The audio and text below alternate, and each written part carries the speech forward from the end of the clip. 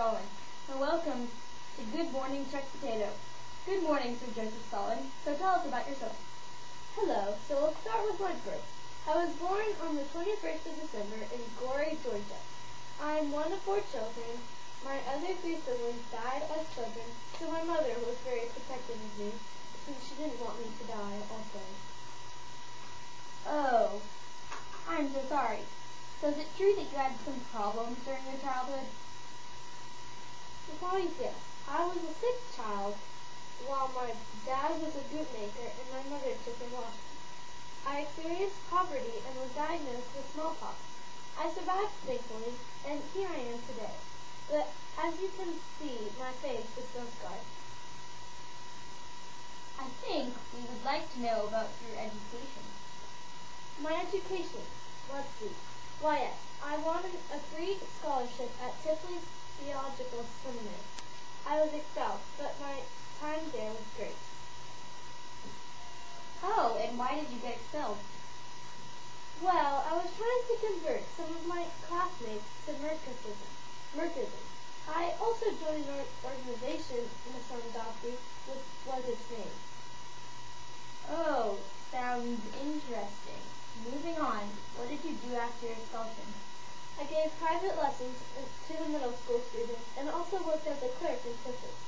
I sometimes wrote articles for a socialist newspaper, Zolik Waldner. I see. So, what did you do in 1901? Anything special? Well, I joined the Social Democratic Labor Party. I stayed in Russia while the others went away and helped organize industrial resistance to Tsarism.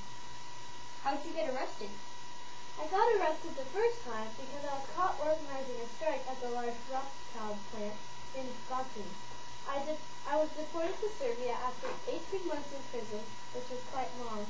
Then in 1904, I escaped from Serbia and returned to Russia. I organized more demonstrations and strikes in Tiflis. I got arrested 4 times, but each time I managed to escape. I'm sorry about that. Next question. Where did you get exiled to after those events? Well, I was exiled to North Serbia for life, but I came back. Good for you. What responsibilities did you have when you were Minister of Nationality?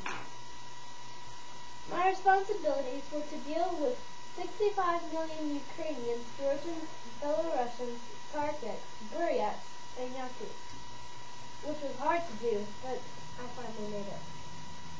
Interesting. What was your plan?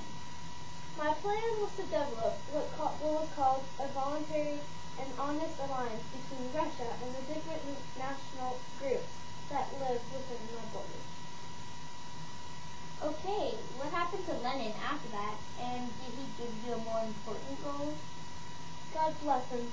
Poor Lenin was shot and paralyzed, so I had all the power as general secretary. I'm sorry about Lenin. So, what about the foreign trade? Whose policy was accepted? My policy was accepted since I disagreed with him. Okay, who did you marry and how many kids do you have?